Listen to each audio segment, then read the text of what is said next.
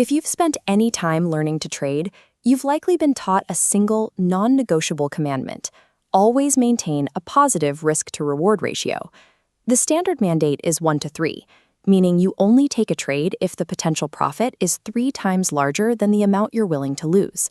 You find a setup that looks perfect. You enter, and the price climbs steadily into the green. You're up twice your initial risk, but because your plan requires that 1 to 3 ratio, you leave the position open, watching the price sit just shy of that dotted target line. Suddenly, the market shifts.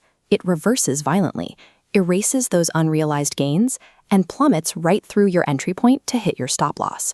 You followed the textbook rule to the letter. You had the discipline to wait for your target, yet you ended the day with less capital than you started with. Most traders walk away from this frustrated, blaming their psychology or a flawed entry signal.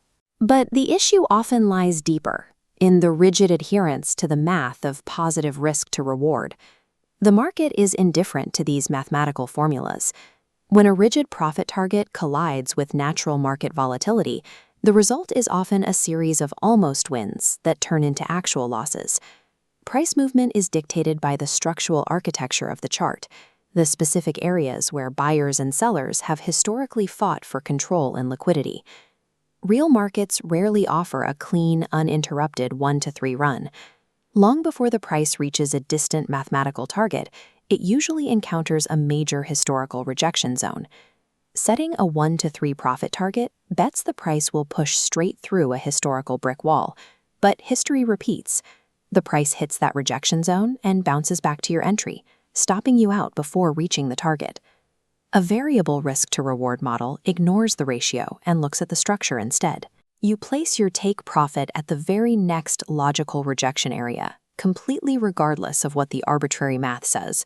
This often means accepting a negative ratio, risking $1,000 to secure an $800 win.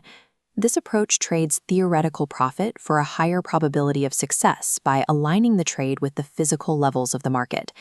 Securing a high probability win at a known boundary is a sustainable way to build a balance. Waiting for an improbable mathematical ideal is not. This structural reality is even more critical for traders using proprietary trading firms, which provide the vast majority of capital in today's market. These accounts include a specific rule called a trailing drawdown. This mechanic essentially creates a penalty for having unrealized gains on the table. As your account balance climbs with unrealized profit, the drawdown limit locks in right behind it. If price returns to break even, your balance drops, but the limit stays high. You're left with almost no room to breathe. Giving back profit while hunting for a 3-to-1 ratio can mathematically put you on the verge of losing your funded account in a single trade. Prop firm structures are built to reward consistent, smaller wins, while aggressively penalizing those who chase massive, unrealized ratios.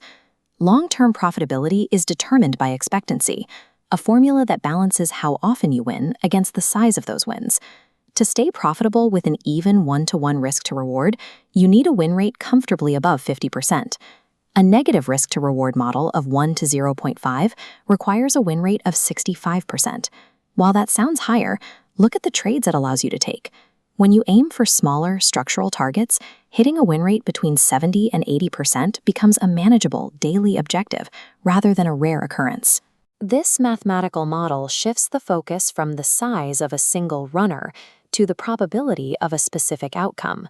Trading a standard model often means losing more trades than you win, creating constant psychological friction.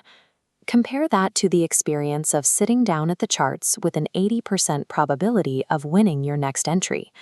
Winning 8 out of 10 times silences the urge to chase trades, because the next win feels like a statistical certainty.